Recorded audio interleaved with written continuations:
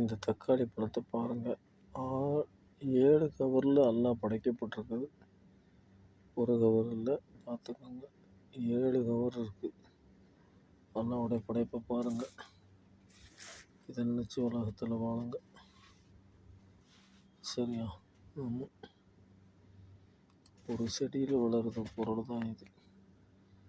இந்த தக்காளி பழத்தோட படைப்பு நினைத்து பாருங்க.